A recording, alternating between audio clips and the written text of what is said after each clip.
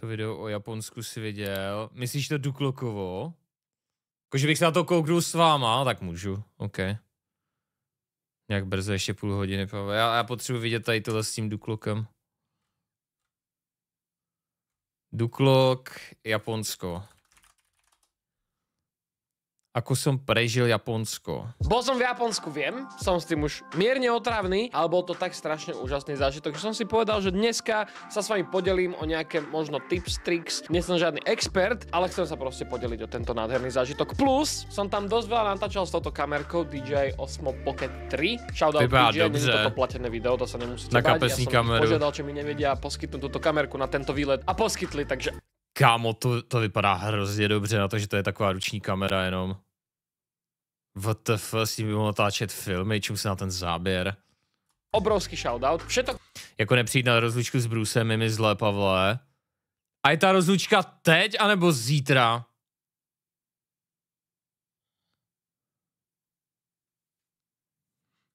Footage, čo uvidíte, je z tejto kamerky, mimo tohto footage. Zítra, no tak bohužel, no. Bohužel. Budu na KitKat party. Takže, povedal si, že chceš ísť do Japonska. Čo predtým treba spraviť? Ja som sa poradil s veľa známymi a s felakmi, veľký shoutout každému z nich, kto mi pomohol, kto už bol v Japonsku. Skyscanner na letenky som použil, booking na hotel. Dokonca z vás jedna slečna, podľa jej slov letuška, mi odporúčila stránku traveldoc.aero. Je to stránka, kde si dáte svoju destináciu, kam idete a odkiaľ letíte. Ono vám to dá informácie o všetkých rôznych dokumentoch, ktoré musíte so sebou mať. Hej, čiže proste pas, či vám treba víza, netreba víza, záleží od toho, odkiaľ letíte a kam. Super stránka, veľmi odporúčam. No a keď už sme pri týchto dokumentoch, tak nám počas 13-hodinového letu z Helsiniek do Tokia dali vypísať také papieriky. Oni vám dajú také papieriky, kde máte vypísať, odkiaľ ste, prečo idete tam, čo máte v pláne robiť, kde budete na hoteli a tieto proste základné informácie, aby vás vedeli dopátrať, keby robíte niečo nekalé alebo proste vás potrebujú. Tak toto vyplňovanie v lietadle viete úplne preskočiť, keď pôjdete na stránku Visit Japan Web, kde si toto môžete vyplniť dopredu a vyplňuje vám to QR kód, ktorý môžete potom na letisku v Japonsku ukázať a vlastne skipnete celé toto. Proste potom pôjdete klasicky na otlačky prstov. Kto ste neleteli na iné kontinenty, tak áno, zoberú vám otlačky prstov, naskenujú vám ksicht a týpek si pozrie váš Proč má Duklok hnědý vlasy, ale zrzavý vousy?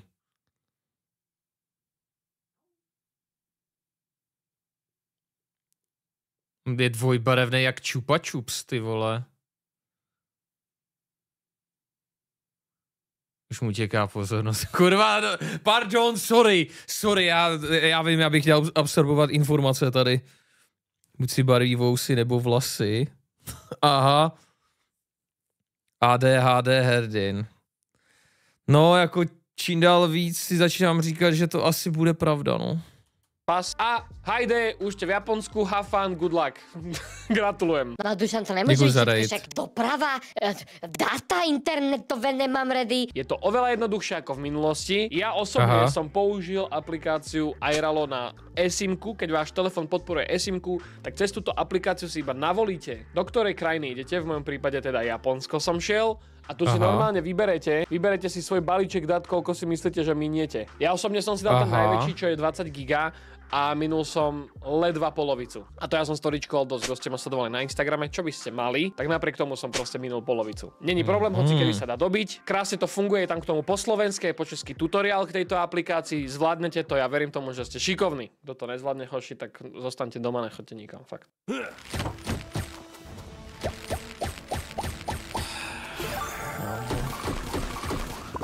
Takže to sú mobilné dáta, čo je vlastne polka problémov hotová, lebo všade sa dohľadáte, čo treba. Internet tam funguje skvelo, majú ho všade, v metre, v džungli, kámo, v lese, hoci kde proste nájdeš internet. Z veľa strán som počul, že majú problém s kreditnými kartami, konkrétne s debetnými kartami, čo máme my tu, a že vraj majú dosť problém s Apple Pay, Google Pay a tieto veci. Konkrétne v Tokiu prvá vec, čo som videl, bola reklama na to, že Visa funguje všade. Apple Pay mi fungoval 80% času, fyzická karta 90-95% času a to mám debetnú kartu Visa. Pri tých percentách času, kedy mi nešlo ani jedno, som mal stále u seba cash, čo ale fungovalo 98,9% času. Je táto digitálna karta, ktorá sa volá Suica. Suica je jedna z IC kariet IC, Suica, tak to IC je akože ten nejaký druh karty, predpokladám. Je to v podstate karta, ktorú môžete nabíjať ako SIM kartu. A A táto karta funguje ako platidlo takmer na všetko. Na verejnú dopravu, na automaty, na potraviny, na nákup všeobecne v tej krajine, proste naozaj funguje to z 98%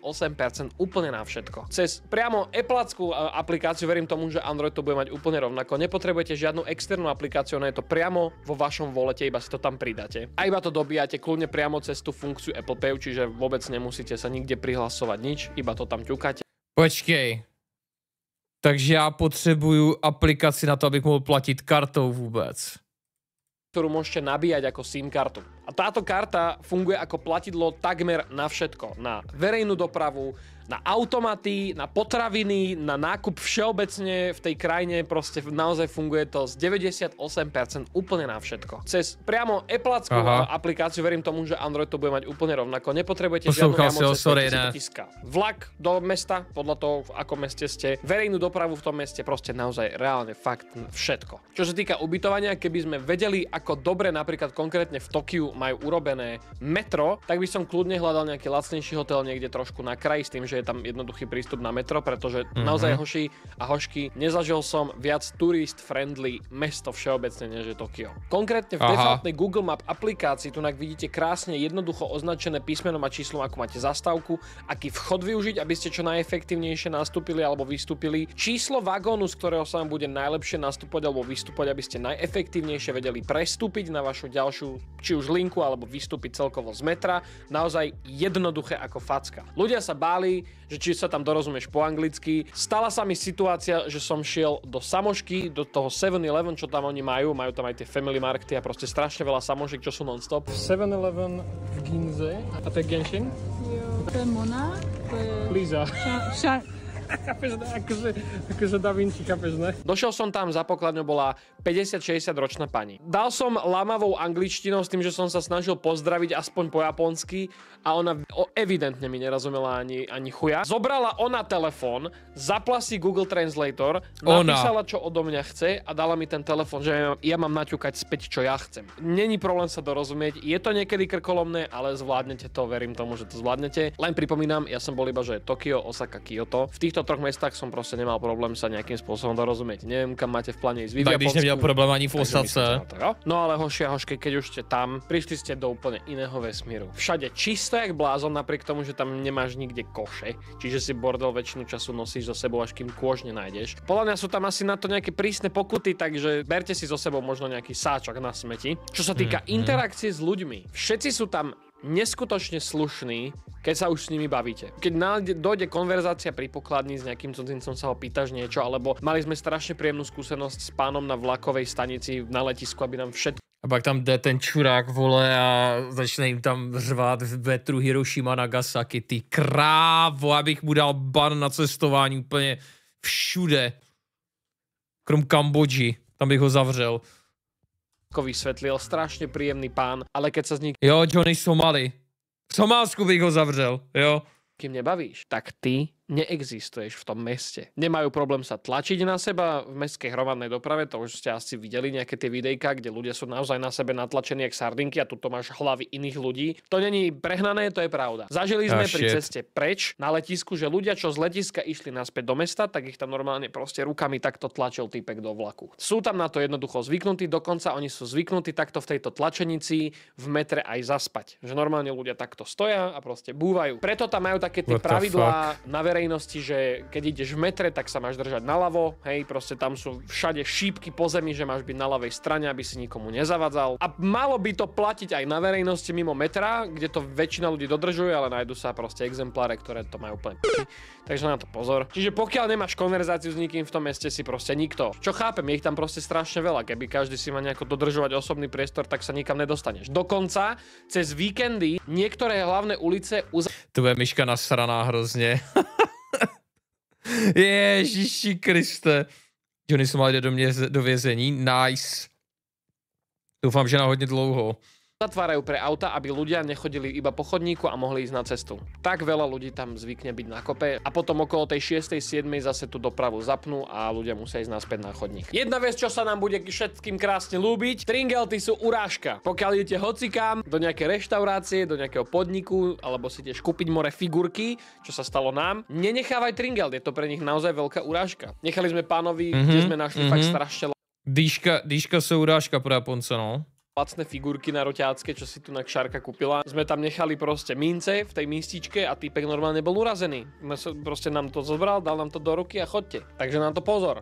Jednu vec, ktorú som si ja úplne osobne nešiel, boli naše hajzle na hotely. To ste asi všetci počuli tieto príbehy, kde oni majú proste tie vyhrievané sedačky a proste strikať ti to do ryti vodu. To som zažil, chlapci, mal som pocit, že som normálne u lekára a snaží sa mi vyplachnúť žalúdok. Nie som toho najväčší fanúšik, možno preto, že tá naša hajzlová doska nebola, že taká príjemná tepla, že si sadneš a také, že to není taký ten istý pocit, keď si na hajzli sadneš a niekto tam pred tebou sedel a je to ešte teplé.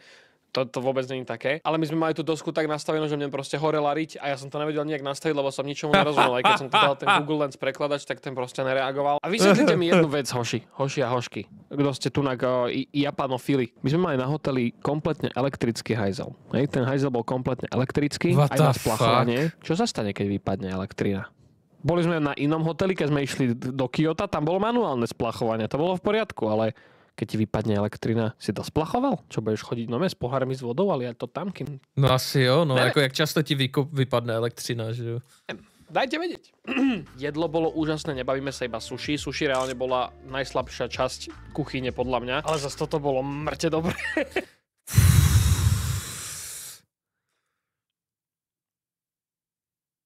Ja budu trpieť asi, no.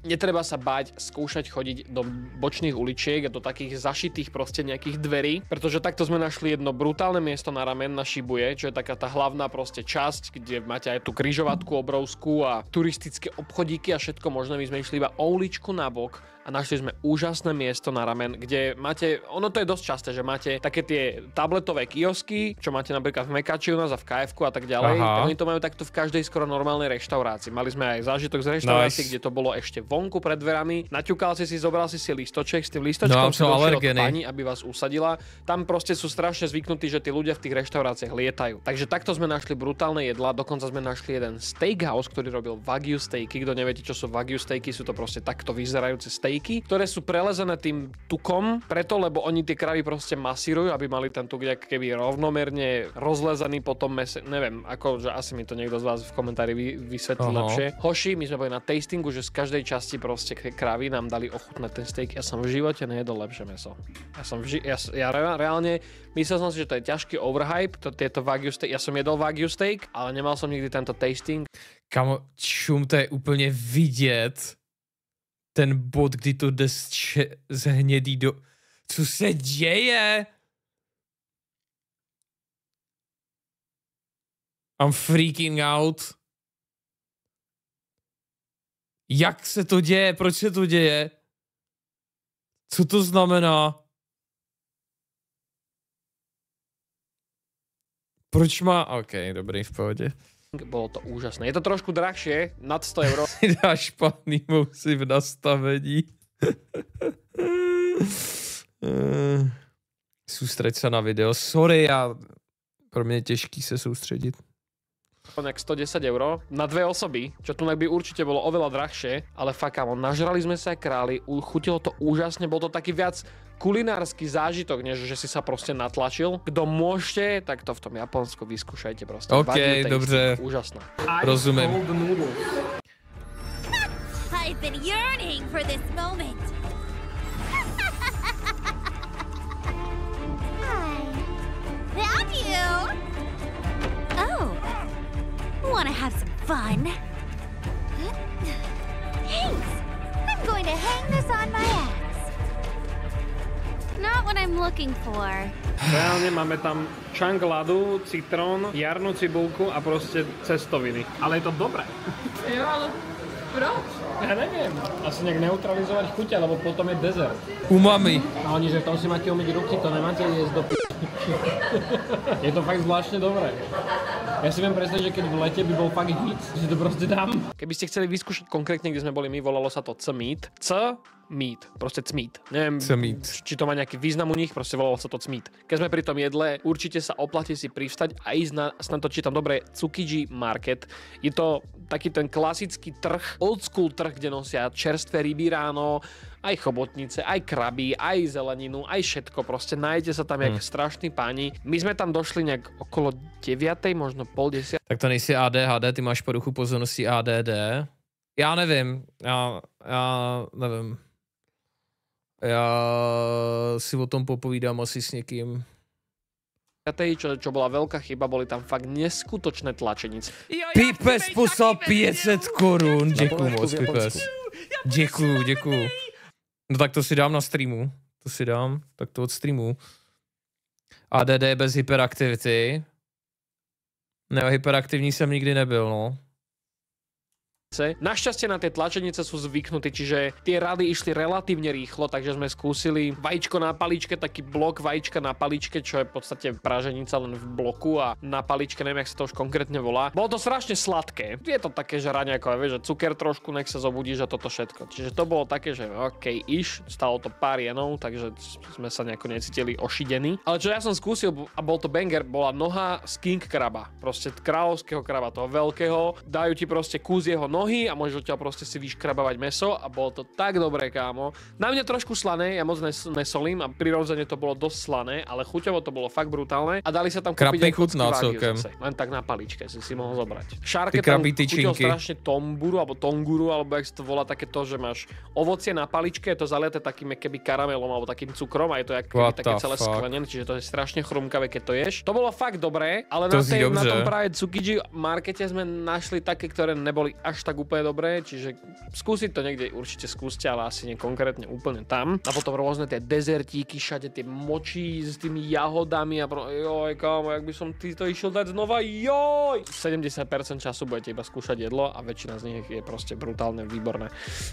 Keby ste sa pýtali, kde všade sme boli, Šárka vám pripravila mapu, kde sme všade boli. Vrátane hotela, vrátane toho, čo sme všetko boli pozerať, vrátane nejakých obchodov, tak túto mapku vám skúsim dať do popisu, nech si ju môžete prezrieť. Oni prostě projeli během 12 dní všechny ty 3 města. Lol. Ještě jednou děkuju moc, Pipeš. Děkuju. Kde my sme všade boli, nech sa na Krabí tyčinky nemají společného s krabem. Aha. To nemusíte pýtať. Máte tam fakt pinpointnutý každý bodík, čo sme chceli ísť pozrieť, alebo sme boli pozrieť. Doporučuji se podívat na nový video od Exploiteda, teď byl zase po dlouhé době v Japonsku a mohl by si z toho pochytit nějaký nápady, kam se podívat. OK, kouknu, no, ale to už asi bude mimo stream. To už bude asi mimo stream, já dokoukám tohle a půjdu, Chiquita už šla chrápat. Keď nie ste nejaký náboženský, neveríte v tieto veci a tak ďalej, tie ich šrajny, tie ich svätyne, to je tak úžasný pohľad. Pozrite sa, ja vám tu dám teraz takú krátku kompiláciu, iba si to užite, fakt je to strašne krásne. Či už to bolo Tokio, Kyoto alebo Osaka, proste to straší kultúrou, neskutočne architektúra a všetko toto. Strašne sa mi páči to, že máš vedľa seba mrakodrapy, fakt 300 poschodové a potom medzi nimi je malinký proste šrajn, lebo si vážia tieto miesta a chcú si ich zachovať. Bolo to strašne pekné vidieť a z videa vám to tak neodovzdám, ako keď to vidíte naživo naozaj. No ale potom prišiel náš obľúbený kapitalizmus a išlo sa nakupovať hoši a hošky. Samozrejme boli sme pozrieť všetky možné shopiky, či už nejaké turistické, alebo ten Donki, a.k.a. Don Quichotte, také ten veľa poschodový obchod, kde môžete nakúpiť od sladkosti cez kozmetiku po elektroniku, po erotické pomôcky, naozaj všetko v jednom obchode a keď ste cudzinec, platíte tax free, teda bez dane. Ak ste cudzinec, niektoré obchody vám ponúkajú jednoducho nakupovať tax free, pokiaľ nakupujete nad 5000 jenov. Vypnú vám pas, tam vám pridelia ten nákup a pozor, pokiaľ sú to sladkosti alebo pitie alebo čokoľvek, tak to nesmiete spotrebovať, kým neodídete z tej krajiny. Potom by ste mali zaplatiť consumer tax, čo je vlastne konzumerská daň. Že ste vlastne daný produkt použili na pôde toho štátu, kde ste to kúpili, by ste mali zaplatiť tam daň. V niektorých obchodoch vám dokonca dajú tašku, ktorá sa zalepí, aby ste to potom otvorili až doma, hej. Takže aby som to tak povedal, hoši, nakupovanie vecí je tam strašne príjemné, lebo je tam veľa vecí lacnejších ako tu. Predsa len odtiaľ sa veľa vecí veci portuje ku nám a platíme tu navyše cenu práve za to, že sa tu portuje sem. Čiže napríklad ten Soundburger, čo ste mohli vidieť vo videjku z Yodobashi kamery, tak tam stál 140 €, tu ho nájdete za $200-250 alebo €250. Čiže naozaj tam nakupovať elektroniku a tieto veci, sošky a kartičky, kámo, kartičky? Henko, proste len tak, to tam kúpiš za pár euríčok. Nakupovať veci je tam strašný banger. Aj to jedlo je relatívne lacné oproti tomu, koľko stojí tu. Čo je drahšie, je práve to cestovanie, hlavne medzi mestami. Alebo hotely. Hotely sú tam také zvláštne cenovo. Samozrejme nájdete aj dobré ceny, ale pokiaľ ste ako ja hľadali ste niečo, čo je proste strategicky položené, tak väčšinou to sú proste drahšie. No ale potom prídeš na miesto, ktoré je veľmi pripravené na to, že máš u seba tučnú peňaženku. Aj keď nemáš tučnú peňaženku, tak ťa oškrabe o veľa peňazí. A to ich musíš mať. eToro představuje, jak investovat do akcí. Za 30 sekund. Otevřete aplikaci, klikněte na položku objevit, vyberete akci a stiskněte tlačítko obchod. No tady tě taky voškubou, to je pravda, no. A to je Akihabara, chlapci a dievčatci. Akihabara, tam sme šli 3-krát za tie 2 týždne. 3 rôzne.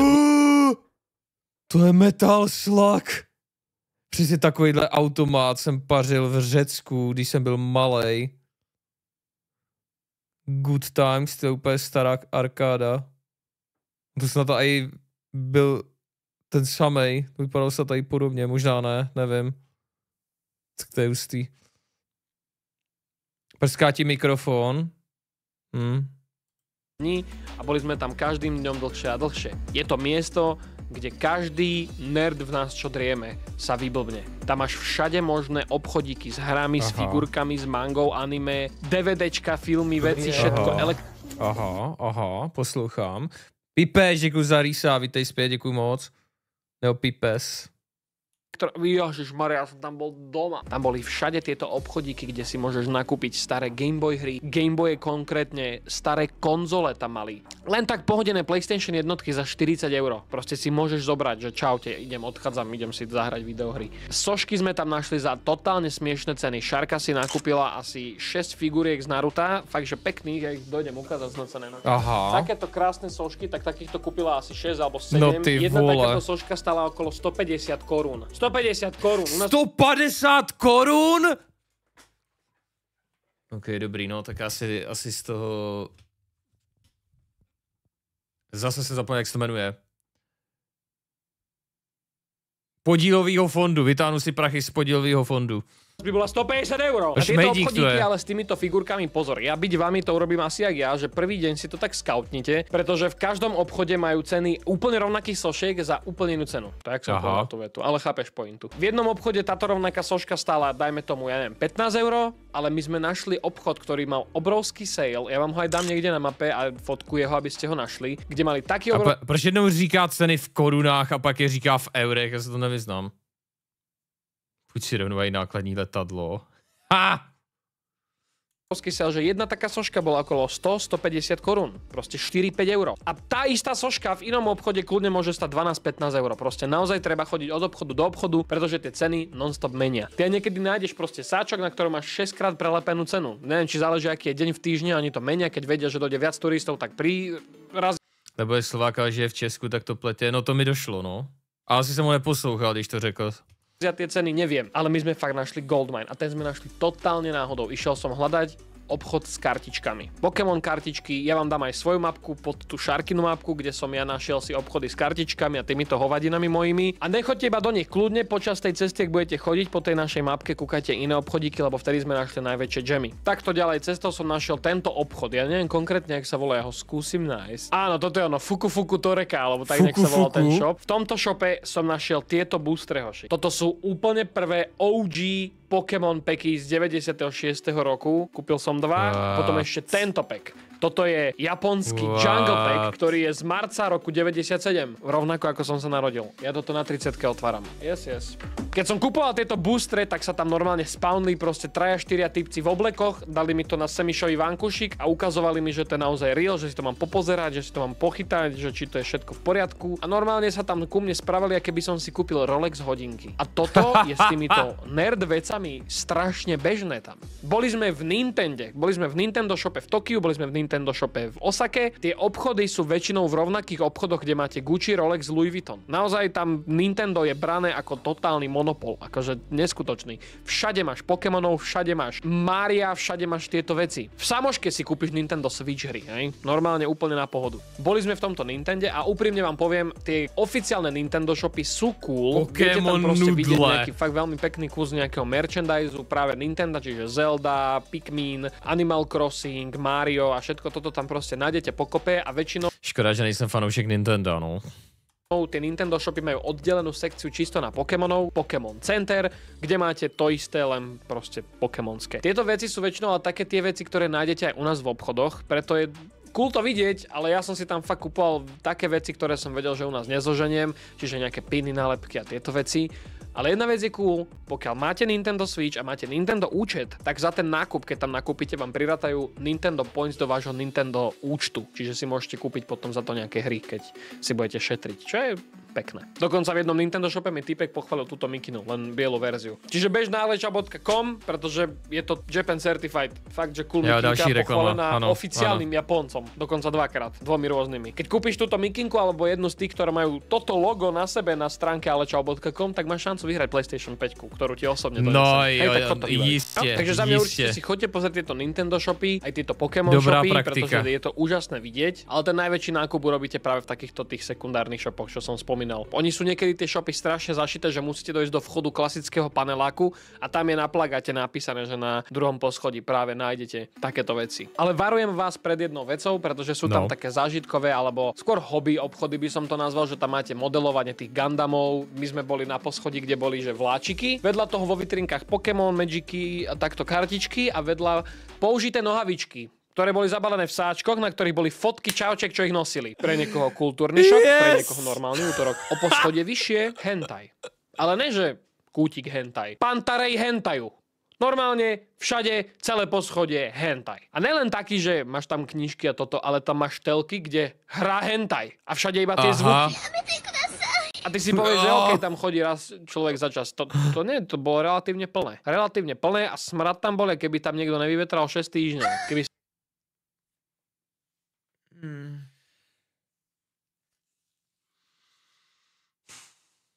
No tak tam se streamem nemůžu, no. Tam se streamem, to musím dát bacha, ty vole, abych tam náhodou nezabloudil. Já už mám vroubek za sexuální content, si budu muset dát majzla. Ste sa pýtali, či som nejaký kúpil? Nie, nekúpil som. Aj tie svätyne, aj celkovo iba také tie kultúrne pamiatky, to je tak krásne do seba, jak keby sa zaplietalo a bolo to tak pekné, možno tým, že som tým krmený z hier a z filmov a seriálov celý život a potom... Budeš dávať IRL streamy? Pokusím se, no. Akorát ono tam je plus 7 hodin, takže bych musel streamovat nějak večer, abyste vy to tady měli odpoledne.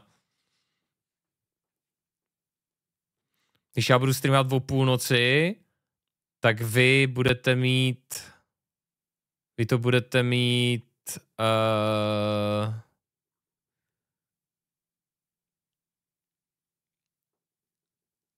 v pět odpoledne, jo. No.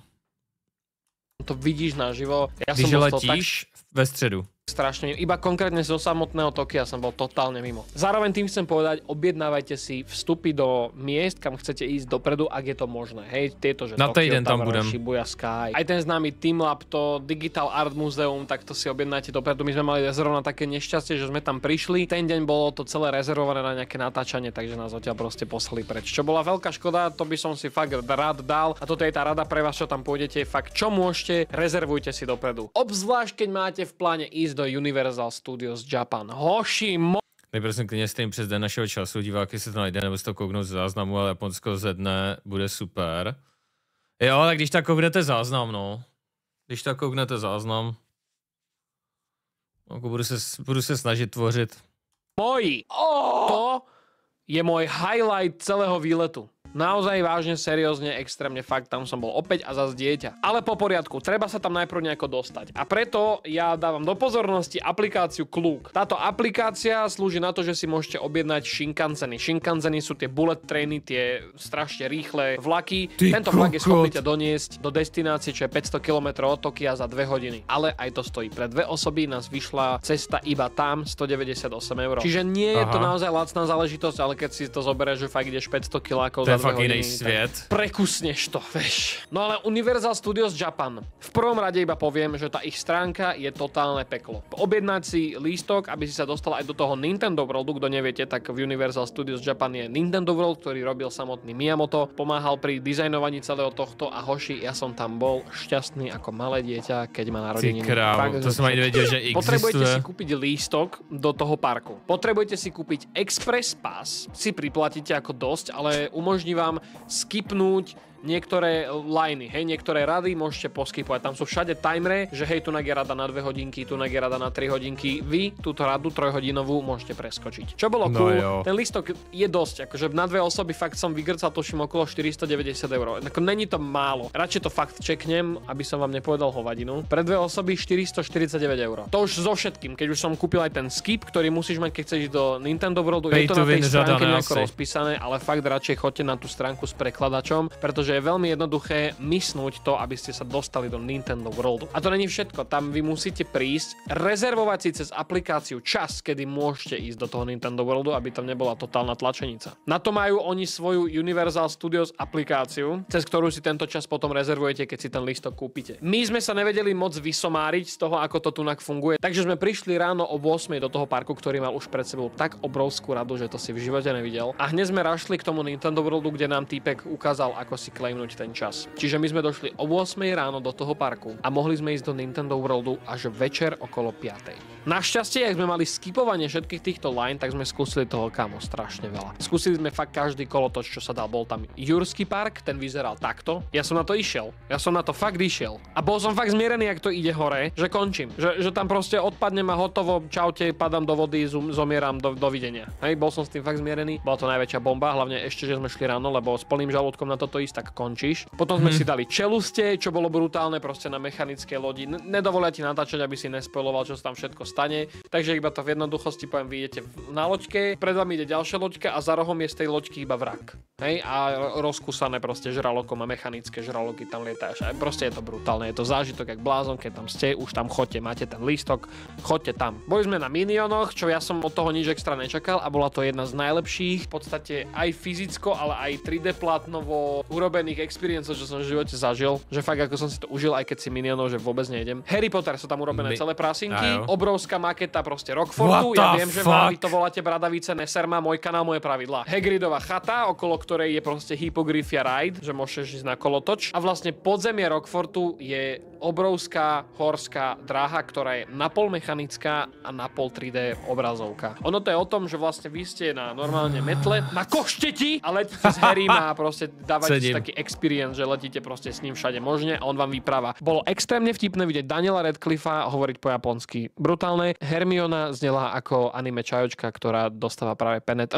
Teda, že bolo tak... No ale viete, jak som chytil paniku, kámo. Sadnete a idete takto bokom. Sedíte 4 v jednej kabine a vedľa vás je ďalšia štvorica a tak ďalej. A ja zrazu vidím, jak vedľa nás, takto som sa pozrel a iba som videl proste rohom oka typkov vedľa nás, iba takto hejblo dozadu.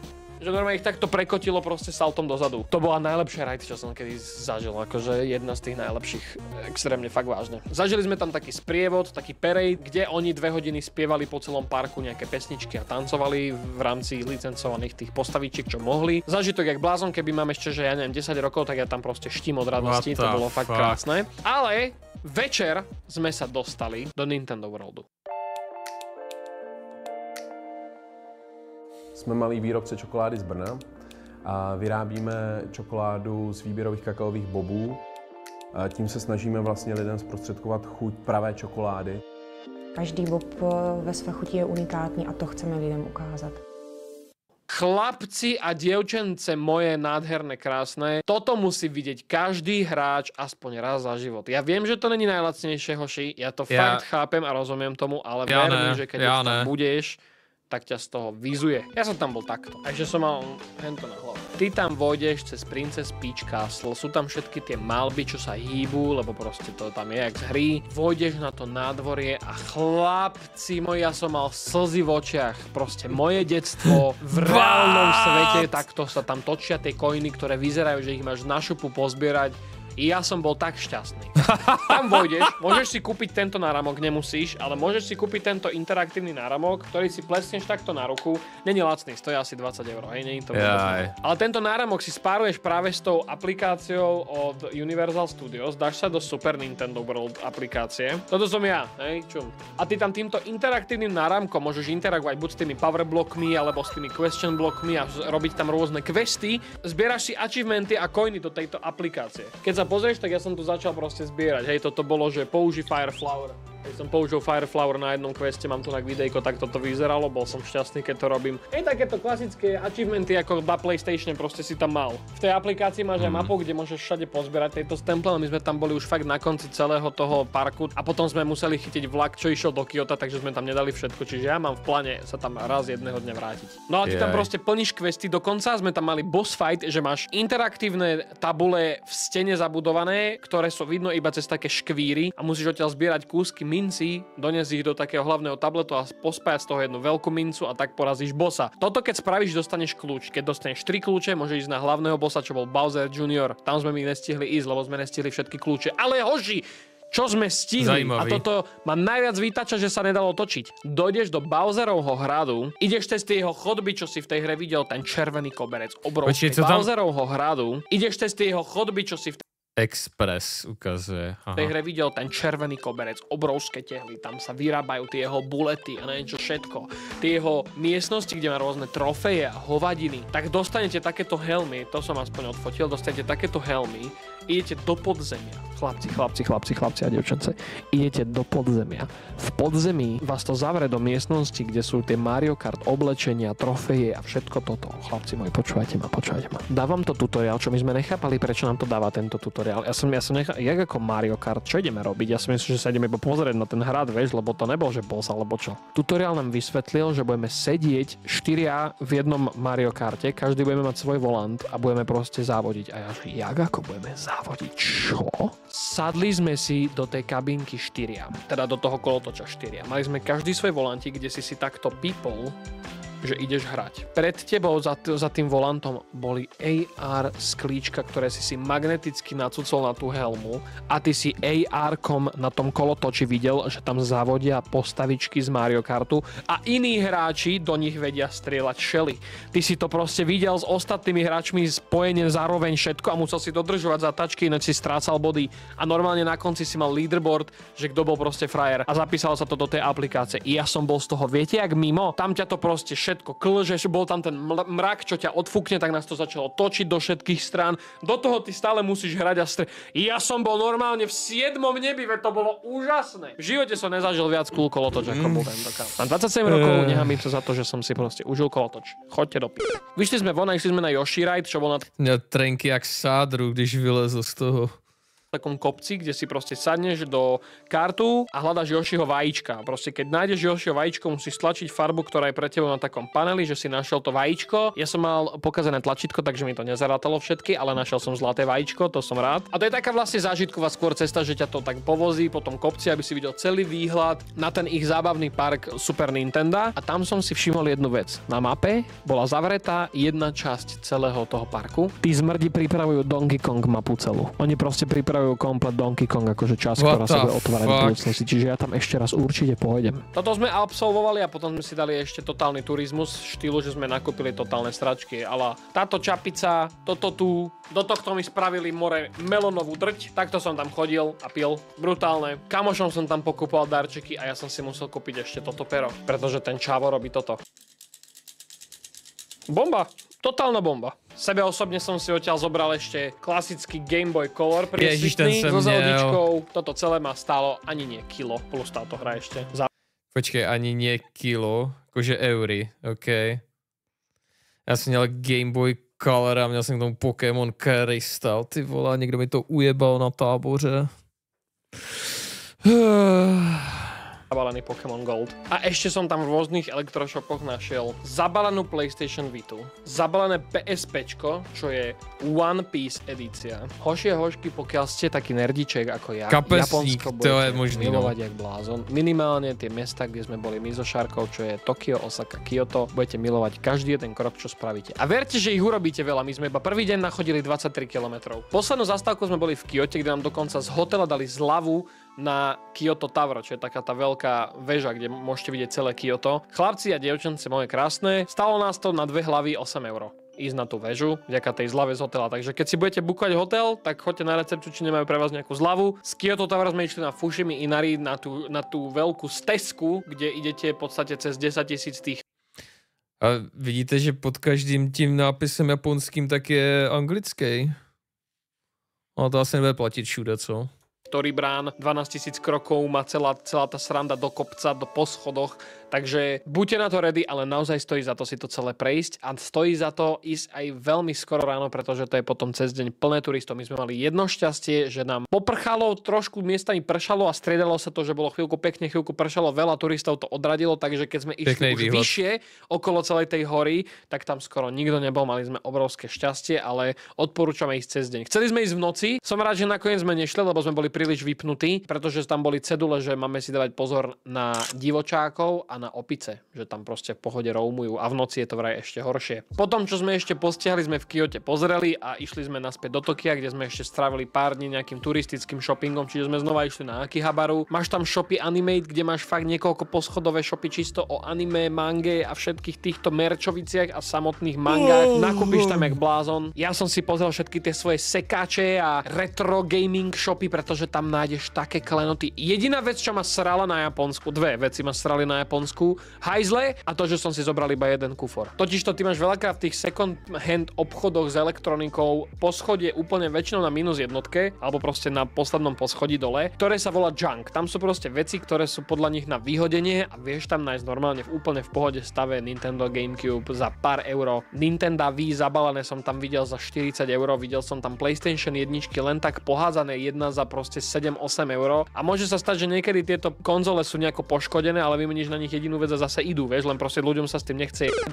Oni to tam donesú, od nich to vykúpia za smiešnú sumu a oni si trošku priplatia a kúpia si funkčnú, vieš, že aj tie funkčné sú veľmi lacné. PlayStation 1 za 30 € alebo 40 €, to je proste bomba. Jediná vec, čo mňa strašne srala, je tá, že som si proste nezobral druhý kufor. Není to najlacnejšia dovolenková destinácia hošie hošky, ale každý by to mal minimálne raz za život zažiť. Je to fakt úžasné a ja naozaj ako mám v pláne ísť znova 100%. A to som si nepovedal o veľa miest. Možná mu napíšu. Je to raj pre introvertov, všade myslia na to, že ľudia proste sú samotári, všade máš v reštauráciách stoly pre jedného, v kaviarniach, v samoškách máš proste stôl pre jedného, lebo však tam samošky fungujú, takže si tam dáš aj normálne jedlo, len ti tam proste urobia ramen, ktorý ty si vybereš ešte, keby vybereš si z chladničky ramen a oni ti ho iba proste tam zalejú tou teplou vodou a môžeš si to tam rovno dať, vieš, že tam fakt myslia na to, že sú tam ľudia samotári. Aj tie automaty, všade, kompletne všade ešte vo Svätyniach máš automat na pitie, ktorý má rozdelené studené a teplé pitie, hej, čaj je teplé alebo čaj je studené, môžeš si vybrať. Ale keď som už povedal toto s tými introvertmi, tak trošku som potom tým pádom nepochopil tie onseny, tie verejné kúpele, vieš čo? Tie onseny, to máš také tie kúpele, kde máš takú tú lavičku a môžeš tam poumývať, máš tam proste pripravené produkty, šampóny, kondicionéry, hovadiny a potom tam máš výrivku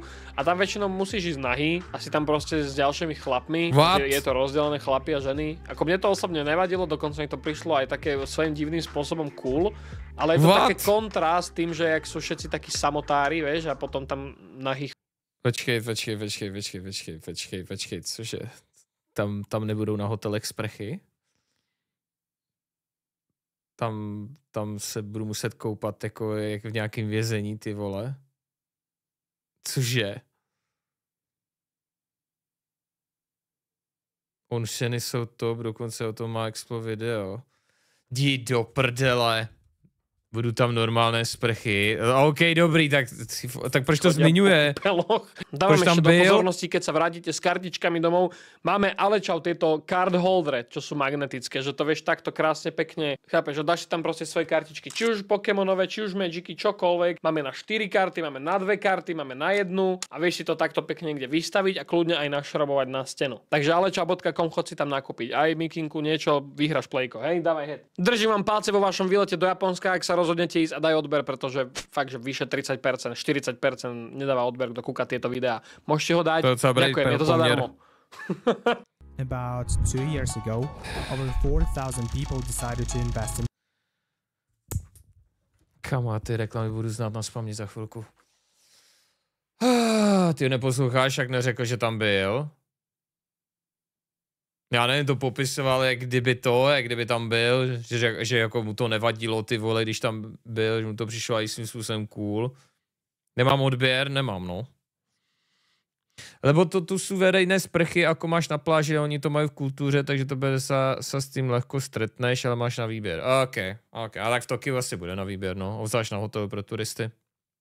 OK. Dobrý lidi, tak já se kouknu asi ještě na to video od Expla, mimo to, ať jsem nabouchaná hlava. Děkuji moc, že jste se koukali. Dneska nám teda koupili návrh na host. Streamer Deathmark má 24-hodinový stream, tak by bylo pěkné, kdyby dostal host. OK, tak rejdeme Deathmarka. Já zítra s nejvyšší pravděpodobností, jestli si to nerozmyslím, budu na KitKat Party. Mějte se krásně, dobrou noc a uvidíme se v neděli. Nejpravděpodobnějc. Jo? Tak jo. Spějte sladce.